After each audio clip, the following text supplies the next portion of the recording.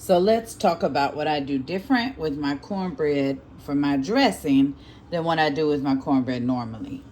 So you see all that butter I had in there? Remember earlier, if you go back and look at the reel, you can see I made it real. But do you see how it pulled away from the edges? Do you see that? I ain't touching it, but do you see that edge? All the way around the pan. All of that is a good, crispy, solid edge, y'all. So that in that dressing, let me see if I can turn this so y'all will see it better. So that in that dressing gonna be real good around them edges. You see it had a little spot. But listen, cornbread for your dressing, it's all right if it's dry. It don't have to be burnt. And the drier it is, the better it will be for your dressing. So I did that. Y'all see them y'all see them good solid edges, baby. Listen.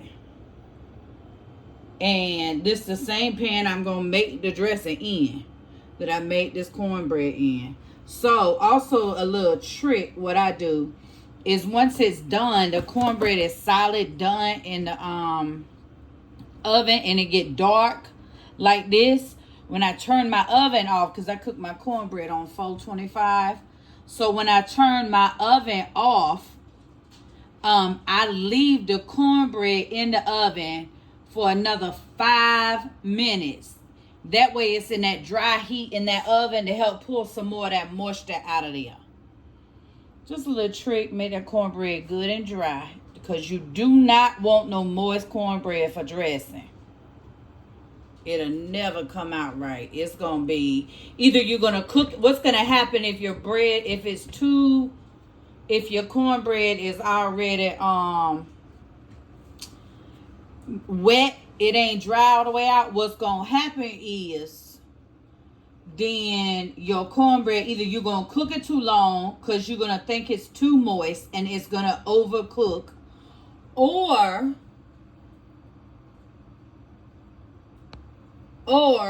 you will have to, sorry about that, or you will have to or it will be too wet. So listen, when you're making dressing, when you're making homemade dressing, the consistency you want is like a cake. You want it like a cake texture. You want it not overly dry, but you don't want it really moist either.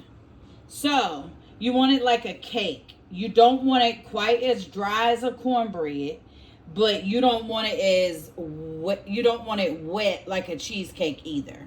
So you definitely want to dry it, but getting these edges right just helps so much in the mixing of it, because it gives you those really hard pieces, those really dry. They're hard, but it's because they're so dry. But yeah, just a little something, something, because I'm not giving my recipes away. But yeah, that's something that I do with my cornbread to help it do what I wanted to do for my dressing. Now, do not overcook your regular cornbread like that. If your regular cornbread be like this, you done did too much now. This cornbread for dressing.